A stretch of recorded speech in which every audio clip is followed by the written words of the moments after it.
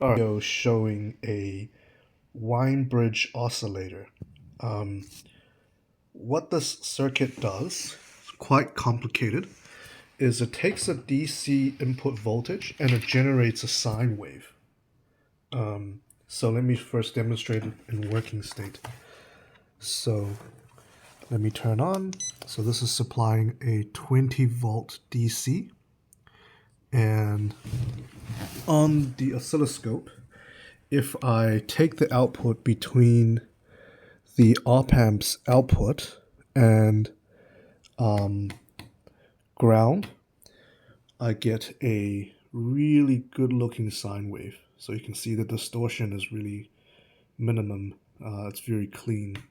There's a little bit of distortion around the 0 volt mark, and I'll tell you in a bit what I think this is caused by. But overall, it looks really good. And it's currently measuring about 600 hertz, although that's also incorrect, and I'll tell you a bit about why that is. So how does the circuit work? I had to modify quite a bit of the theory in order to get it to actually oscillate. But let's look at the primary components. So first of all, I'm using a op amp that's TL072CP, which is actually two op amps in the same IC chip. I'm not going to go over too much what an op amp is, but essentially it's an integrated circuit that has a bunch of amplifiers built inside it that takes two inputs. So this is the non-inverting input and the inverting input. So it takes two voltages here, and then whatever the difference between these two voltages, it multiplies by a really high number and outputs it as the output. So for example, if the inverting input is say like -1 volt, and then this plus is 0 volts, then it's going to multiply the difference by like 10,000 or something crazy like that and try to output minus 10,000 volts. But obviously it can't do that, so it actually hits the supply rails. So then there's two other inputs that you connect to the voltage supply, and it clips off at somewhere close to the whatever the supplies allow it to be. In this case, it's going to be 10 volts here and minus 10 volts here. So it'll clip at close to minus 10 volts if I did it that way. But before that, I need to explain how I'm actually getting minus 10 volts, because the power supply is 20 volts, so I only have a single power supply.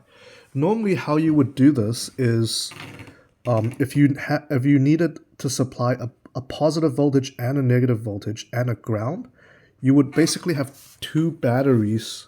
You have two DC sources hooked up back to back. So something like this, where you basically set this as the ground, and then this is going to be like minus VCC, and this is going to be plus VCC, like so. But I don't have two DC inputs. I don't have two DC power sources. I only have this one thing. So instead, what I did is I created this voltage divider circuit. So there's a single 20 volt power supplied across it, and 20 volt source, and I put two really large resistors as voltage dividers that's equal to each other. So therefore, the voltage in the middle, relative to this voltage supply, is going to be 10 volts. But I set this as the ground. So because like voltages are all relative, you can set any voltage as the ground reference. And this is the ground reference I'm setting. So essentially, whenever there's a ground symbol in the circuit, that's just going to be connected to this midpoint. The problem with connecting it directly is that you end up loading your virtual ground. So this is called a virtual ground because it's not, it's ground relative to this circuit, but not relative to the supply. So what happens is if you have a really large load, so like let's say you have a small resistor and you connect this to the ground, it changes the voltages across these two resistors because of input and output impedance.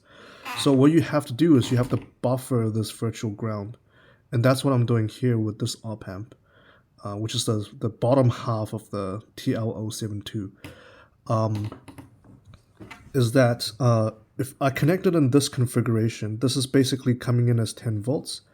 I'm not going to go over too much about op amp theory, but there's two rules that that op amps essentially follow. Is if you connect the non-inverting input in a feedback loop, the op amp will always try to make the two voltages equal. So it'll change whatever output is required to make sure that this minus and this plus, like these two inputs, have equal voltages across each other.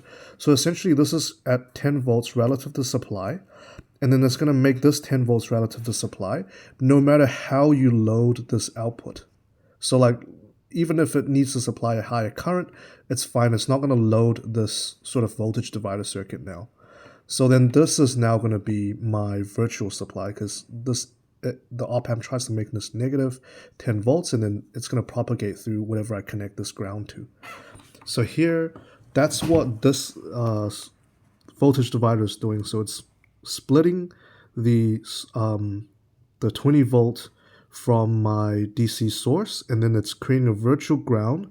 This wire comes across and connects to this op amp in a buffer configuration. So then, let's actually look at the wine bridge. So now I have a positive 10, a minus 10, which is just the 0 volts relative to the supply voltage.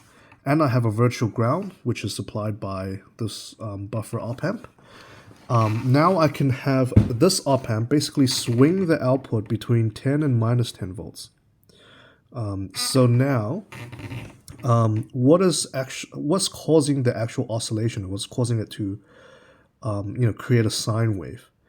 So first we have to look at some theory. So this is called the Barkhouse criterion, which is basically, to simplify it, in order to create a sine wave from a DC source, you have to have some sort of an amplifier. So this triangle symbol, let's just say that's the amplifier. And you need to have some sort of a filter. So for the filter, I'm just gonna, maybe put the square and say it's filter, right? So what's happening here is that, suppose my amplifier is a times 2. So whatever voltage comes through here, like let's say it's a square wave, something like this, it's gonna multiply it by twice the amplitude. And this filter, what it's going to do is it's going to select the harmonics or the frequencies that we want to create, and it's going to filter out everything else. So it's going to make some frequencies large, like it's going to make some frequencies larger than others. So it's going to attenuate, like maybe let's say a faster frequency. It's going to be small, and then a larger frequency is also going to be small. But then this sort of target frequency, it's going to attenuate less than the higher and lower frequencies. So what happens when this wave passes through here is that, suppose this wave is created with like 10 kilohertz. It's going to be a band of different frequencies, but let's suppose for this explanation, and then it's going to have some 20 kilohertz, and it's going to have like 30 kilohertz. And let's say that this is 1 volt peak, 1 volt peak, and 1 volt peak. This filter is going to decrease these two more than the target frequency. So by the time it comes to the other side of the filter, right, it passes the filter, this lower frequency is going to be like 0.5 volts. This target frequency is going to be attenuated less than this. So it's going to be like 0.7 volts. And this is going to be, again, attenuated more. So it's going to be like 0.5 volts. Which means that as we pass through the filter, it's going to select for a target frequency, and it gets amplified again by this amplifier.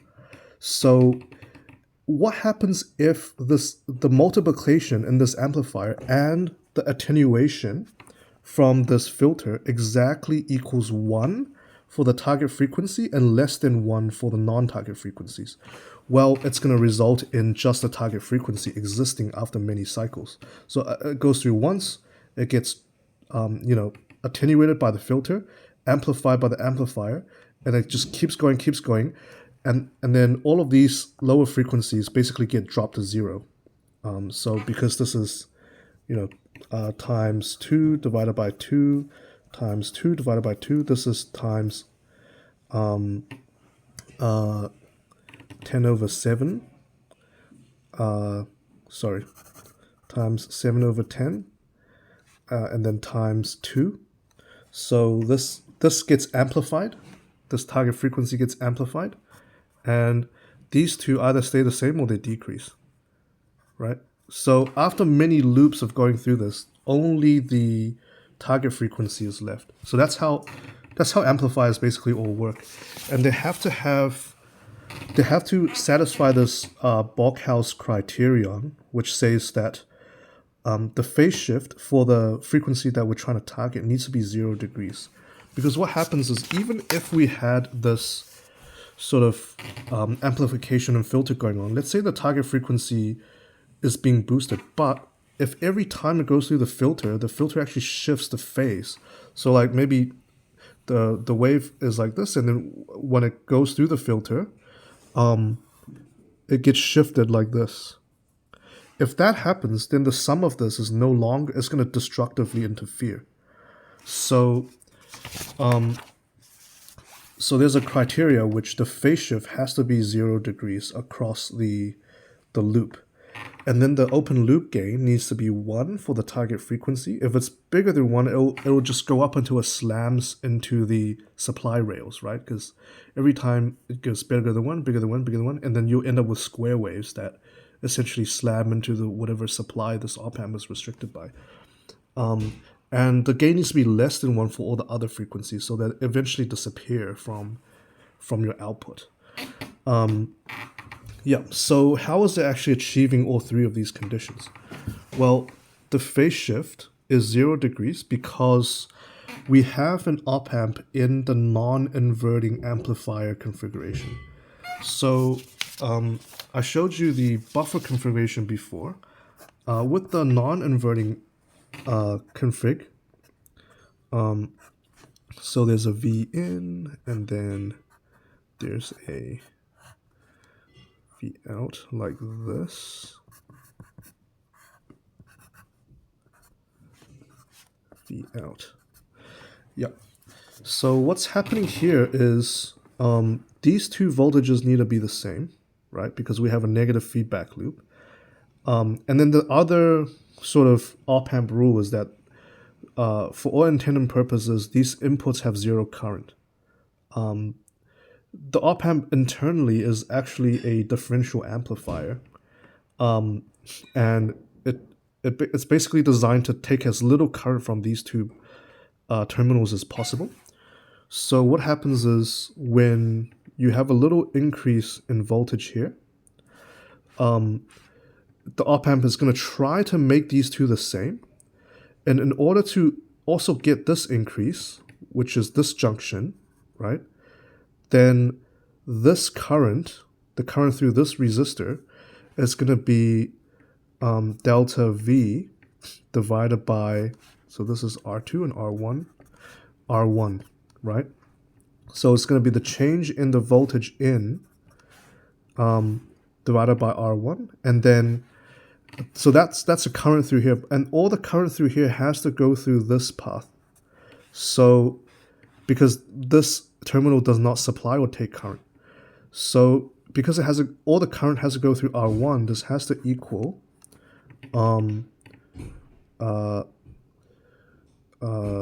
the voltage across R1, which is V out minus the V in. So it's the delta V out minus delta V in divided by, sorry, this is R2 divided by R1. So you end up with this configuration. So what's the gain here? So when we cross multiply, we get R1, R1 over R2 equals to V out minus V in over V in. And then you get R1 over R2 equals to V out over V in minus 1. So then V out over V in, which is the gain, right? The voltage gain is just R2 over R1 over R2 plus 1. So it's always going to be in phase because it's not a negative number. So whenever V out increases, V in increases, and V out decreases, V in decreases. So this non-inverting amplifier always will take a signal here and then amplify it on the output here with no phase change. So it's a 0 degree phase change through the amplifier. And then this network is the filter. So this filter is a cascaded RC second order a cascaded RC bandpass filter.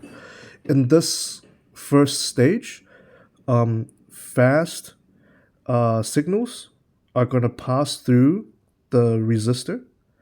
Pass through the capacitor because impedance of a capacitor is 1 over, I think it's 2 pi, is it WC, right? Yeah, so 1 over 2 pi C is equal to XC. C 2 pi FC. Yeah, so basically fast frequencies have a lower impedance across the capacitor, so they pass right through and then they go through this resistor. Slower frequencies get blocked by this capacitor. And then the opposite happens here. So the leftover frequencies that come through here, the fast ones will get attenuated through this capacitor. Will basically go through this capacitor and gets dropped to ground. So this creates a bandpass filter that essentially, as you graph the frequency versus the attenuation, I'm just going to put that as the absolute value of the transfer function. It's going to form this little peak where there's some frequency that gets passed in a band.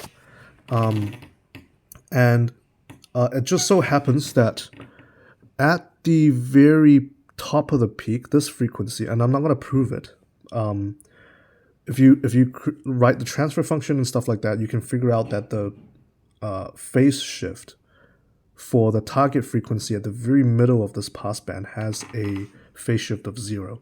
So then this whole loop for just the passband has a phase shift of 0. For frequencies lower and higher, it does not have a phase shift of 0. It actually does have a phase shift, but that doesn't matter because it gets eventually attenuated. The last thing I want to talk about, second to last thing, is what is this mechanism, right? This mechanism. This is a gain controller. So if we look on the breadboard, I've got two diodes, these two diodes that are opposite in direction, and they hook up to this resistor in series. So what this does is it allows the voltage to increase up to a certain point in the loop, and then once it surpasses the diode's forward voltage drop, and I have two diodes from two different directions because the sine wave is going to have a part of its cycle positive and a part of its cycle in the negative phase. So when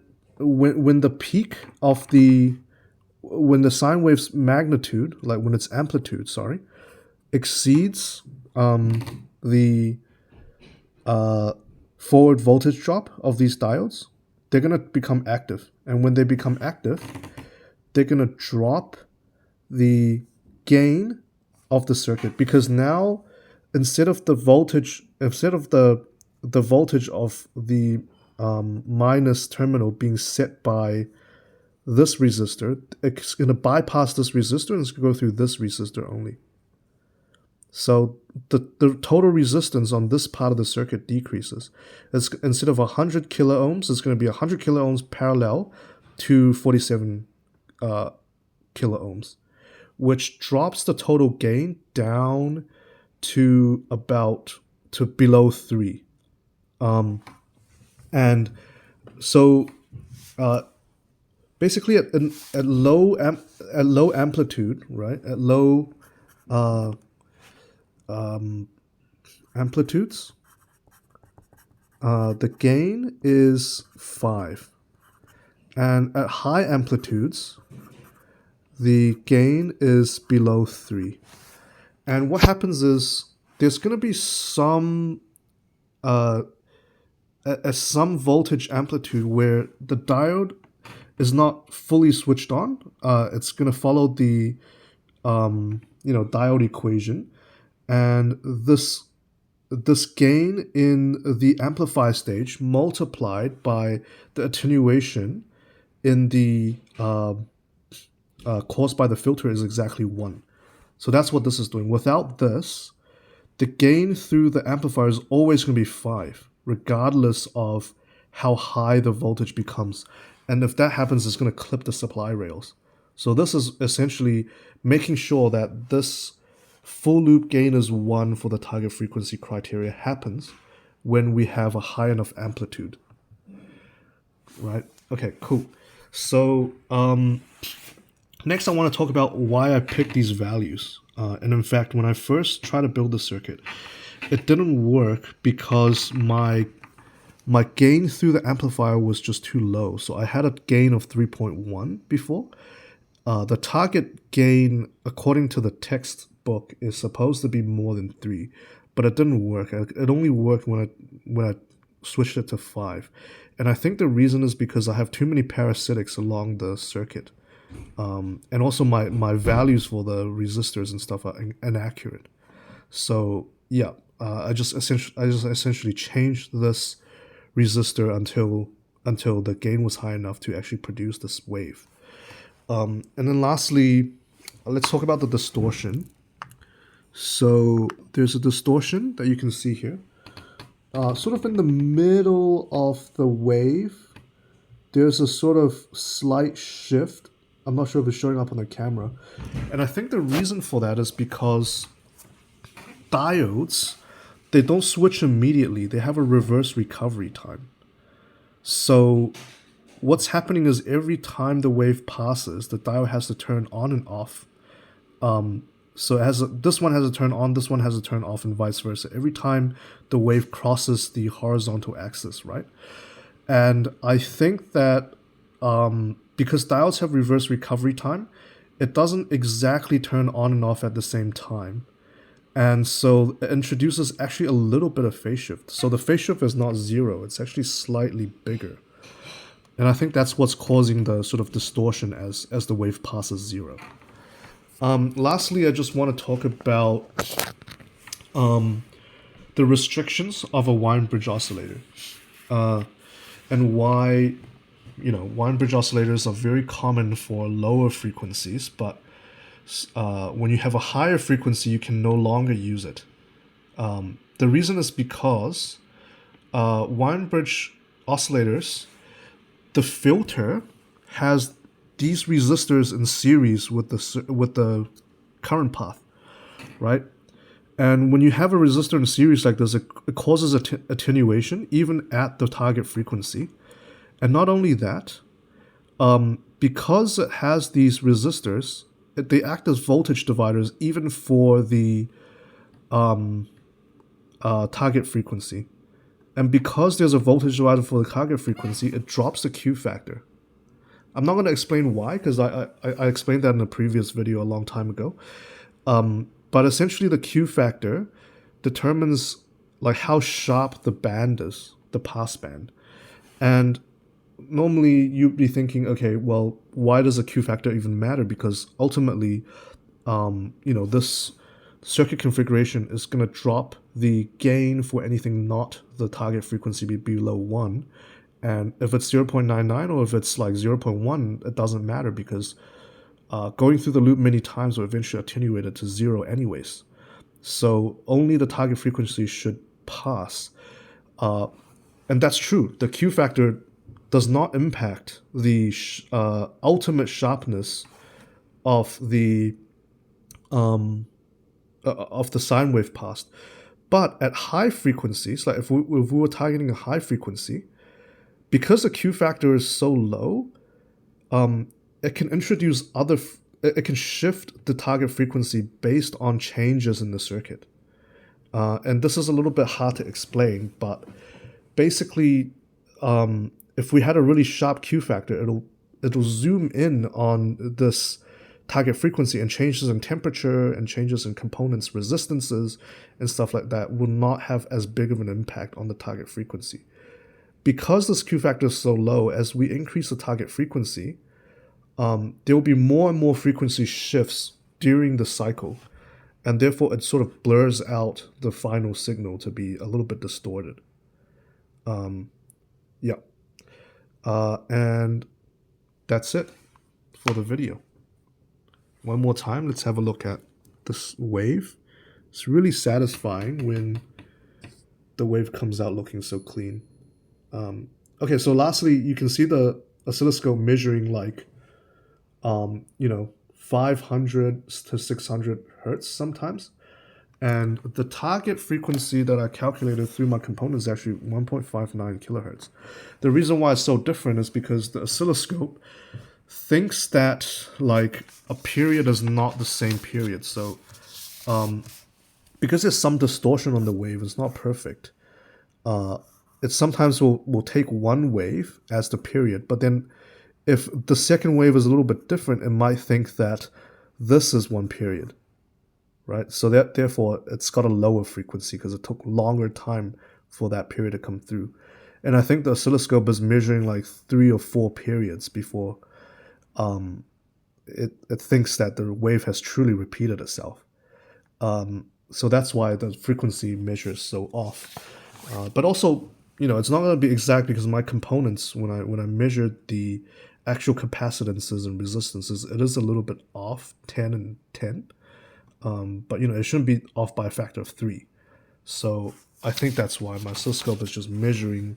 It's just thinking that the variances between each wave is too large to be counted as one full cycle. So it's taking multiple cycles as one full cycle. All right, that's it for this video.